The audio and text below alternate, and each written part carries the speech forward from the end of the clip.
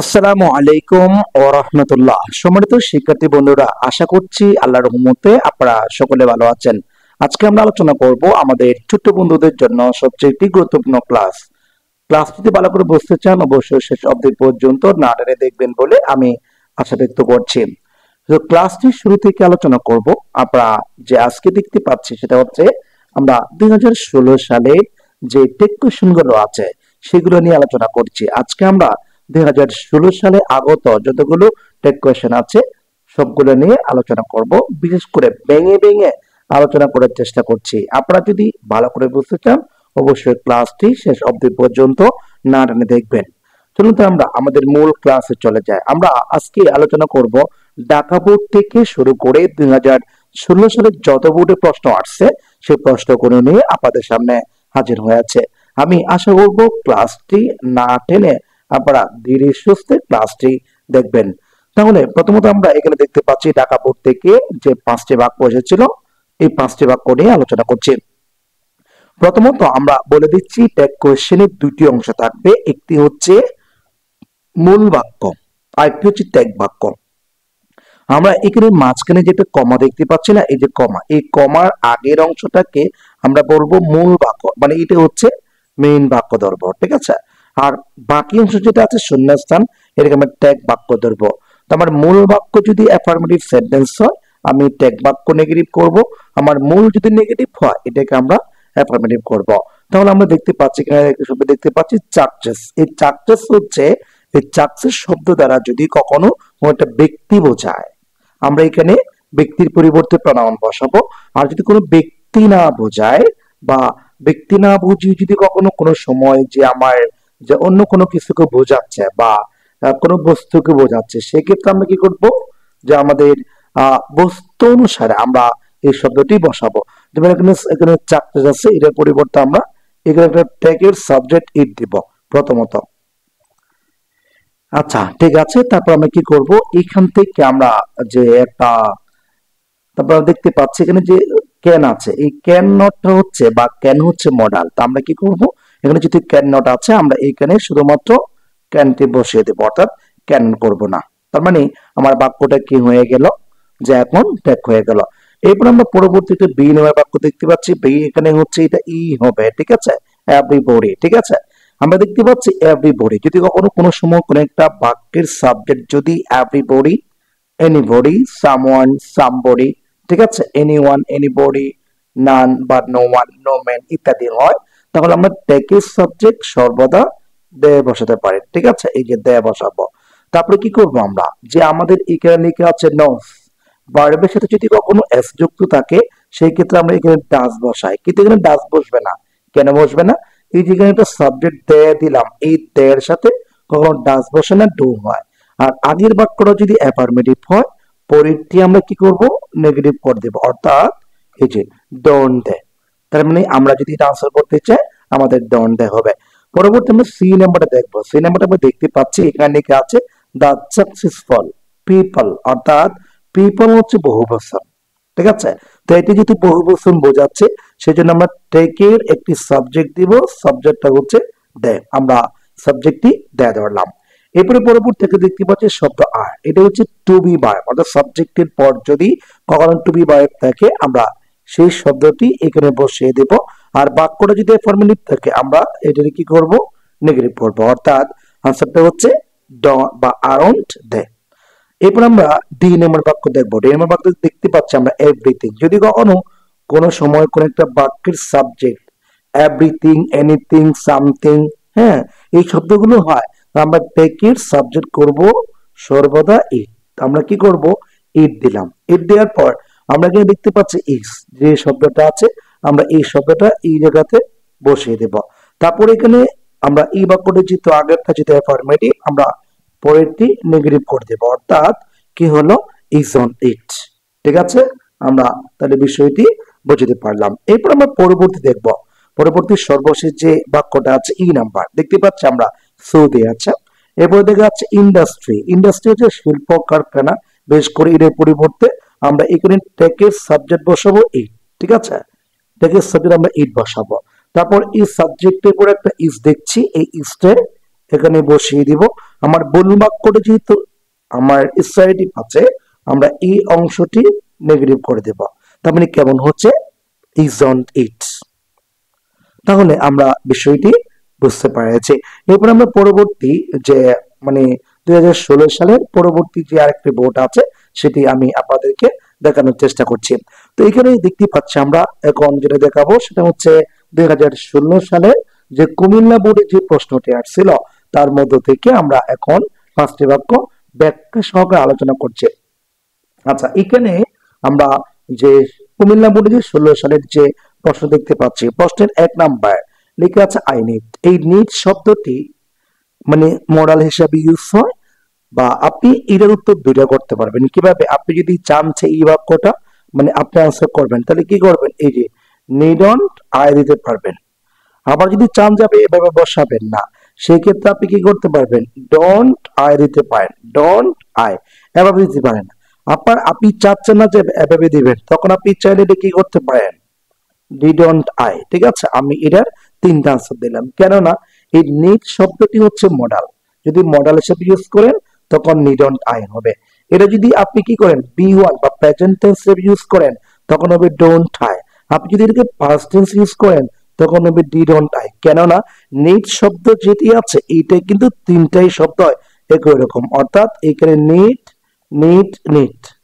ঠিক আছে, আপনি কোনটা বি1 কোনটা বি2 কোনটা বি3 আপনি কি করতে পারবেন না, চিন্তা করতে পারবেন না বা জাস্টিফাই করতে পারবেন না। তার কারণে আমরা কি করতে পারি, এটা চাইলে নিডন্ট আই দিতে পারবো, চাইলে ডন্ট আই দিতে পারবো, চাইলে আমরা নিডন্ট আইও দিতে পারবো।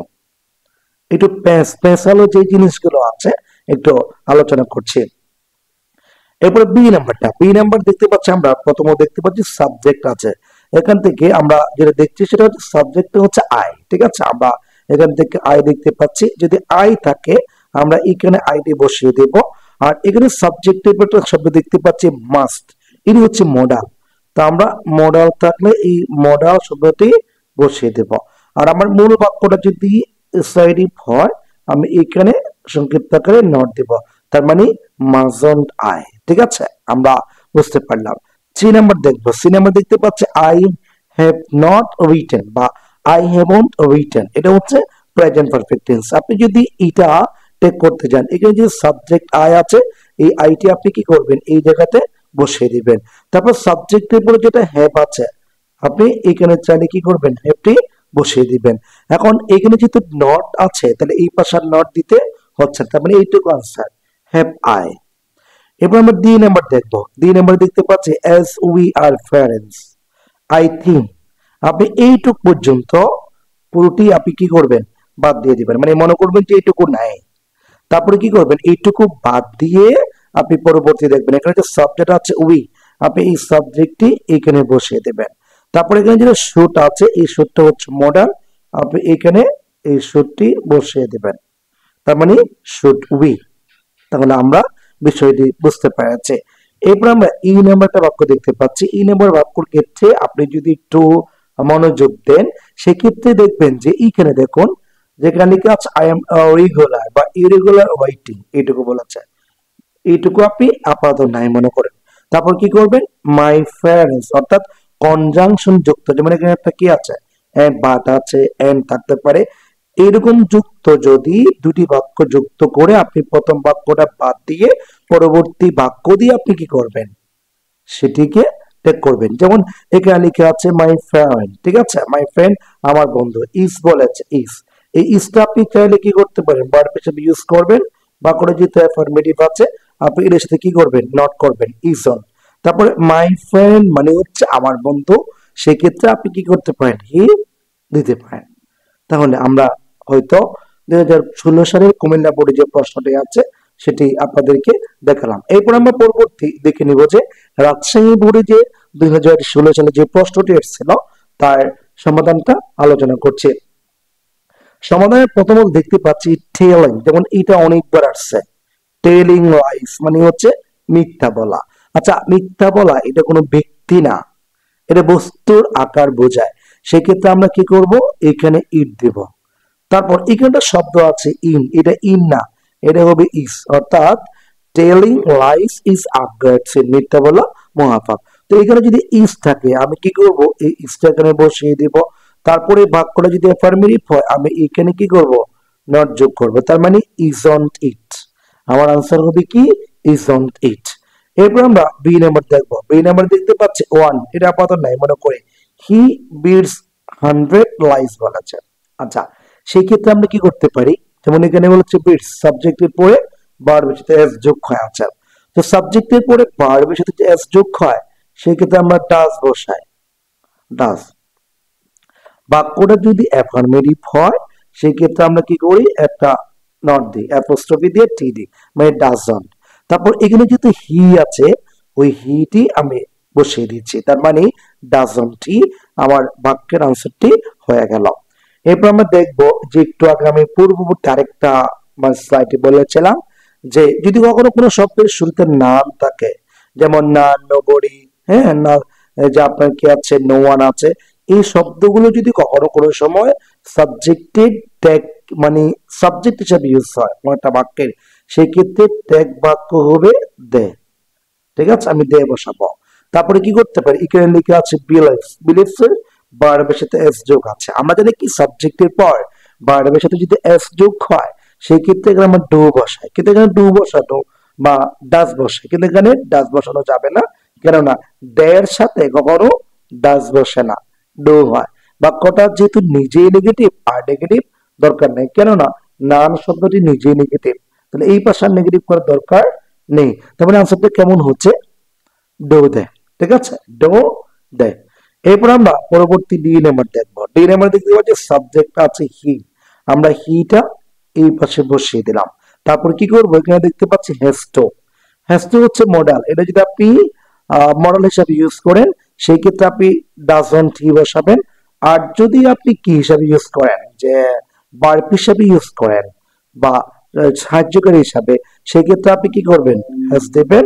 আর বাক্যটা যদি অ্যাফার্মেটিভ হয় আপনি এটাকে নেগেটিভ করবেন, তার মানে এটা হ্যাজন্ট হিও আনসার হচ্ছে। অথবা আপনি চাইলে এটাকে ডাজন্ট হি দিয়েও আপনি কি করতে পারবেন, আনসার করতে পারবেন। আপনি হ্যাজন্ট হি দিলেও আনসার হচ্ছে, ডাজন্ট হি দিলেও আনসার হচ্ছে। আচ্ছা, এরপর আমরা সর্বশেষ যে ই নাম্বারটা আছে, আমরা এই নাম্বারটা একটু আপনাদের দেখানোর চেষ্টা করছি। এই নাম্বারে বলেছে all of us ought to, যে এখানে যে একটা ওড টু আছে, এই ওড এটা হচ্ছে মূলত মডাল। তো সেই ক্ষেত্রে আমরা কি করতে পারি, এখানে যে শব্দটি আছে আমরা সেটি আগে বসাই দেব ওড। তারপর বাক্যটা যদি অ্যাফার্মেটিভ হয় সেই ক্ষেত্রে আমরা কি করব, নট করব। আর এখানে যেহেতু আজ আছে, আস যেমন all of us, none of us, ঠিক আছে, এর পূর্বে মানে অল অফ এর যেটা এখানে আজ আছে এটা হচ্ছে অবজেক্টিভ ফর্ম, এই শব্দের সাবজেক্টিভ ফর্ম আমরা এখানে বসাবো, তার মানে ওডন্ট উই হবে। তাহলে আমি আপনাদের বিষয়টি বোঝাতে সক্ষম হলাম। এরপর আমরা পরবর্তীতে দেখছি। আচ্ছা, তাহলে আমরা এখন যে এই পরবর্তী যেটা আছে সেটি আমি আপনাদেরকে দেখানোর চেষ্টা করছি। তাহলে আমরা পরবর্তী 4 নাম্বার এখানে দেখতে পাচ্ছি, যে যেমন 4 নাম্বার যে প্র্যাকটিসটা আছে সেটা আমি আপনাদের সামনে আলোচনা করছি। এখানে আমরা দেখতে পাচ্ছি হ্যালো রুমি, ইউ স, এই যে হ্যালো রুমি এখানে যতটুকু আছে এইটুকু আমি আপাতত নাই মনে করছি, আমি এটা বাদ দিলাম। তারপরে এখানে ইউ হচ্ছে সাবজেক্ট, এখানে আমরা যেটা দেখতে পাচ্ছি ইউ, এটা হচ্ছে সাবজেক্ট। তাহলে এখন ইউ সাবজেক্ট, এরপর আমরা পরবর্তী দেখতে পাচ্ছি একটা যে শব্দ দেখতে পাচ্ছি সেটা হচ্ছে স, এটা কিন্তু বিটো। আমরা জানি কি এখানে যে সাবজেক্ট আছে এই সাবজেক্টটা আমরা কি করব, এইখানে বসিয়ে দেব। তারপরে কি করতে পারি, এখানে যদি স আছে বিটো, এটা যদি বিটো থাকে সেই ক্ষেত্রে আমরা ডিড বসাই। আমার বাক্যটা যেহেতু অ্যাফার্মেটিভ আমরা এখানে কি যোগ করব, নট দিব, তার মানে ডিডন্ট হিও। এই ক্ষেত্রে আমার আনসারটি ক্লিয়ার হয়ে গেল। এরপর আমরা বি নাম্বার দেখবো। বি নাম্বার দেখতে পাচ্ছি ও রেসিভ, এইটুক পর্যন্ত আমরা নাই মনে করব। তারপর দেখতে পাচ্ছি আমরা ইট হ্যাজ অলরেডি বিকাম, তাহলে এখানে যেটা ইট আছে সাবজেক্ট আমরা এইখানে ইটি বসিয়ে দেব। তারপরে এখানে যেটা হ্যাজ আছে এই হ্যাজটা আমরা এখানে বসাবো। আমার আগের বাক্যটা যেহেতু অ্যাফার্মেটিভ সেই ক্ষেত্রে আমরা কি করব, নট করব, তার মানে হ্যাজন্ট ইট। ঠিক আছে, আমরা হয়তো বোঝাতে সক্ষম হয়ে আছে। এরপর আমরা পরবর্তী দেখে নিব, এখানে লেখা আছে ইয়েট, ইয়েস বলেছে ইট এন্টার্স, ঠিক আছে, তারপরে বলছে when we takes, এখানে এই যে দেখুন একটা শব্দ আছে when শব্দটা এসে দুটি বাক্যকে কি করে আছে, জোড়া লাগিয়েছেন। তো সেই ক্ষেত্রে আমরা কি করতে পারি, যে আমরা এখানে যেহেতু ইট আছে আমরা কি করব, এই ইটটি এখানে বসিয়ে দেব। অর্থাৎ আমি বলতে চাচ্ছি ইট যে সাবজেক্ট আছে এই ইটটি আমরা এখানে বসিয়ে দিব। তারপর এখানে যে ভার্বের সাথে এন্টার্স আছে, এস যোগ করেছে, সেই ক্ষেত্রে আমরা ডাজ বসাবো। বাক্যটা যেহেতু অ্যাফার্মেটিভ সেই ক্ষেত্রে আমরা নট করব, তার মানে ডাজন্ট ইট। তাহলে আমরা একেবারে সহজ করে এগুলো বোঝানোর চেষ্টা করতেছি আপনাদের। এরপর আমরা পরবর্তী ডি নাম্বার বাক্য দেখব। ডি নাম্বার বাক্য আমরা দেখতে পাচ্ছি ইট আছে সাবজেক্ট, তারপরে দেখতে পাচ্ছি ক্যান হচ্ছে মডাল। সেক্ষেত্রে আপনি কি করবেন, সেক্ষেত্রে আমাকে যা করতে হবে, যে সাবজেক্টটি আছে সাবজেক্টটা আমি এই জায়গাতে বসিয়ে দিলাম, তারপর যদি ক্যান আছে ক্যানটি আমি বসালাম। আমার বাক্যটা যেহেতু অ্যাফার্মেটিভ সেই ক্ষেত্রে আমরা কি করব, নট করব, তার মানে ক্যান্ট ইট, ক্যান্ট ইট। আচ্ছা, এরপরে পরবর্তী আমরা দেখতে পাচ্ছি ই নাম্বার বাক্যটা যেখানে লেখা আছে ইউ আর রাইট বলেছে। আচ্ছা, ইউ আর রাইট যেহেতু বলেছে সেক্ষেত্রে আমরা এখানে ইউ আর রাইট রুমি এই পর্যন্ত আমরা নাই মনে করি, যেহেতু এভরিওয়ান মাস্ট বলেছে, এভরিওয়ান মানে প্রত্যেকেই, ঠিক আছে। এভরিওয়ান থাকলে আমার থেকে সাবজেক্ট করতে হবে দে, ঠিক আছে। তারপর এখানে যেটা মাস্ট আছে, মাস্ট হচ্ছে আপনার মডাল, মাস্ট যা আছে তা বসিয়ে দেব।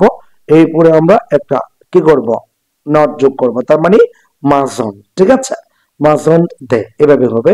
এরপর আমরা পরবর্তীতে আরেকটা দেখতে পাচ্ছি যে আমাদের পরবর্তী যে জিনিসটা আছে সেটা আমাদের দেখানোর চেষ্টা করছি। 2016 সালের সিলেট বোর্ডে যে প্রশ্নটি আসছে সেটি। এখানে দেখতে পাচ্ছি 5টি বাক্য রয়েছে আমাদের ধারাবাহিক ক্লাস 5 নাম্বার, আমরা 8 পর্যন্ত আলোচনা করব। যে এখানে এ নাম্বার দেখতে পাচ্ছি ইউর লেটার গিভ, এই গিভ হচ্ছে বিটো। আমরা জানি কি ইউর লেটার তোমার লেটার, তোমার চিঠি। তো যেহেতু চিঠি বুঝিয়েছে এটা বস্তু, সেই জন্য আমরা এখানে একটা ইট বসাবো। তারপর কি করব, যেখানে যদি গেভ আছে গেভ এটা হচ্ছে বিটো, সেই জন্য আমরা ডিড বসাবো। তারপর বাক্যটা যেহেতু অ্যাফার্মেটিভ এই জন্য আমরা নট যোগ করবো, তার মানে ডিডন্ট ইট। এরপরে আমরা বি নাম্বার দেখবো। বি নাম্বার দেখতে পাচ্ছি আমরা যে I am glad to inform you about our sports day, ঠিক আছে। আচ্ছা, এই ক্ষেত্রে আমরা কি করতে পারি, যেমন এখানে আমরা একটা এম দেখলাম, যে একটা আই দেখলাম। আমরা জানি কি সাবজেক্টের পর যদি কখনো এম থাকে অর্থাৎ আই এম হয়, সেই ক্ষেত্রে ট্যাগের ক্ষেত্রে আমরা আই যেটা আছে আইটা বসাবো, এম এর পরিবর্তে আমরা কি বসাবো, আর এপোস্ট্রফি দিয়ে দিব, তার মানে আর অনটাই। কেন আর হলো, সেটা হচ্ছে আমরা পড়ানোর সুবিধার ক্ষেত্রে অতিরিক্ত প্রচলিত হওয়ার কারণে আমরা আনন্দ আয় দিলাম। চাইলে কিন্তু অ্যামাউন্ট আয় দিতে পারে, কিন্তু আমাদের আধুনিক জমানায় যে বর্তমানে যে মডার্ন ইংলিশ এই ক্ষেত্রে আপনাকে কি করতে পারবেন, আপনি এমন করতে পারবেন না, আপনাকে আনন্দ করতে হবে অবশ্যই। আচ্ছা, এবার সি নাম্বার দেখবো। সি নাম্বার আমরা দেখতে পাচ্ছি we decided বা we decorated the school campus colorfully among the events, flag race and tree legs race were interesting. আচ্ছা, এই ক্ষেত্রে অর্থাৎ 5 নম্বরের সি নাম্বার আমরা কি করতে পারি একটু খেয়াল করবেন। উই সাবজেক্ট আছে, আমরা এই সাবজেক্টটি এইখানে বসিয়ে দেব। তারপর ডেকোরেটেড এটা হচ্ছে বিটো, যেহেতু বিটো আছে আমরা কি বসাবো, ডিড বসাবো। বাক্যটা যেহেতু অ্যাফার্মেটিভ আমরা একটা নট যোগ করব, তার মানে ডিডন্ট উই, ডিডন্ট উই। আচ্ছা, এবার আমরা ডি নাম্বার দেখবো। ডি নাম্বার দেখতে পাচ্ছি অ্যামং দ্য ইভেন্টস, অর্থাৎ এখান থেকে ইভেন্টস পর্যন্ত পুরা পাতা নাই মনে করে। তারপর হচ্ছে ফ্ল্যাগ রেজ, ঠিক আছে, এন্ড ট্রি লেগস, অর্থাৎ আমাদের বলেছে যে এখানে প্রথম বাক্যটা বাদ দিব, দুটি নাউন যখন দুটি সিঙ্গুলার নাউন যখন এন্ড দ্বারা যুক্ত হয় তখন কিন্তু বাক্যটা বা বাক্যের সাবজেক্টটা কি হয়ে যায়, প্লুরাল হয়ে যায়। সেক্ষেত্রে আমরা কি করতে পারি, যে এখানে একটা আমরা কি দিব, দে দিব, যেহেতু প্লুরাল আমরা দে দিব। দেওয়ার পর এখানে যে অয়ার আছে আমরা এই অয়ারটা বসিয়ে দেব, এটার সাথে নট যোগ করবো, তার মানে অয়ারন্ট দে। এরপর আমরা পরবর্তী দেখছি, আমরা এই লেখাটার কলম একটু ছোট করে নিই। আচ্ছা, তো পরবর্তী ই নাম্বারে যেটা দেখতে পাচ্ছি আমরা ই নাম্বারে, যেমন এখানে লেখা আছে নান, ঠিক আছে, এই নান শব্দটি থাকার কারণে আবার আপনি কি জানেন যে আপনার ট্যাগের সাবজেক্টটি দেয়া হবে? কেননা আমরা জানি কি যদি কখনো কোন একটা বাক্যের সাবজেক্ট নান হয়, নো ওয়ান হয়, নো ম্যান হয়, সেক্ষেত্রে আমাকে ট্যাগের সাবজেক্টটা বসাইতে হবে দেয়। তারপর আমরা দেখবো এখানে একটা কোড আছে, কোড হচ্ছে মডাল, এই কোড মডাল শব্দটি বসিয়ে দেবো, তার মানে কোড দেয়। আচ্ছা, বিষয়টি হয়তো আপনাদের বোঝাতে সক্ষম হয়েছে। এরপর আমরা পরবর্তী যা আমাদের আরো দুইটি প্র্যাকটিস রয়েছে, যে আমরা তিনটি আছে, আমরা ক্লাস যদি লম্বা হলে একটু শেষ পর্যন্ত আলোচনা করবো ইনশাআল্লাহ। আচ্ছা, এখানে আমরা দেখতে পাচ্ছি যে আমাদের বরিশাল বোর্ডের যে 2016 সালের প্রশ্ন আসছে সেটি নিয়ে আমরা আলোচনা করছি। দেখতে পাচ্ছি প্রথম বাক্যটা এখানে লেখা আছে we see that museum has little knowledge about games and sports বলা যায়। উই হচ্ছে সাবজেক্ট বাক্যের, এই সাবজেক্টটি আমরা থেকে সাবজেক্ট বসিয়ে দিলাম। সি হচ্ছে ভি1, সেক্ষেত্রে আমরা কি বসাতে পারি? ডু। বাক্যটা অ্যাফার্মেটিভ, আমরা কি করতে পারি? ডন্ট করতে পারি, তার মানে ডন্ট উই, আমরা কি করতে পারি? ডন্ট উই করতে পারি। এক আরেকটা জিনিস আছে, সেটা হচ্ছে যেমন এখানে বলছে যে উই সি ডেট, আপনি চাইলে এটা পুরোটাকে বাদ দিয়ে মিউজিয়াম হ্যাজ এখান থেকেও তাহলে আপনি কি করতে পারবেন? এটাকে আপনি ট্যাগ করতে পারবেন। যেমন আমি যদি মাঝখান থেকে করি, অর্থাৎ যে উই সি ডেট এইটুকু পুরোটাই বাদ দিয়ে দিই, সেক্ষেত্রে আপনার এখানে মিউজিয়াম যেটা আছে সেটা হচ্ছে বস্তু বোঝাচ্ছে, তার জন্য আমরা ইট বসাবো, আর এখানে হ্যাজ আছে, হ্যাজটি বসিয়ে দিব, হ্যাজ ইট।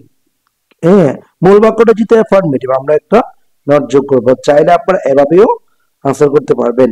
আচ্ছা, এরপর আমরা বি নাম্বার দেখবো। বি নাম্বার দেখতে পাচ্ছি সর্বদা যদি কখনো কোনো সময় কোন একটা বাক্যের মধ্যে লেট আস অথবা লেটস যে বাক্য শুরু হয়, আপনি চোখ বন্ধ করে প্রত্যেকটি জায়গায় শ্যাল উই বসিয়ে দিবেন। আপনার শ্যাল উই বসিয়ে দিলে আপনার বাক্যটা আনসার হয়ে যাচ্ছে। এরপর আমরা সি নাম্বার দেখবো we think, I think, we think, he thinks. হ্যাঁ, এই শব্দগুলো যদি কখনো ট্যাগ কোশ্চেনে থাকে, আপনি ওই সব বাদ দিয়ে পরবর্তী সেন্টেন্স থেকে শুরু করবেন। এখানে হি আছে, আপনি এটাকে সাবজেক্ট হি বসাবো। এটা যদি ডাজন্ট দিয়েছে, আমরা এদিকে নট করব না, কিন্তু আমরা একটা ভার্ব বসাবো। ভার্বটা কি?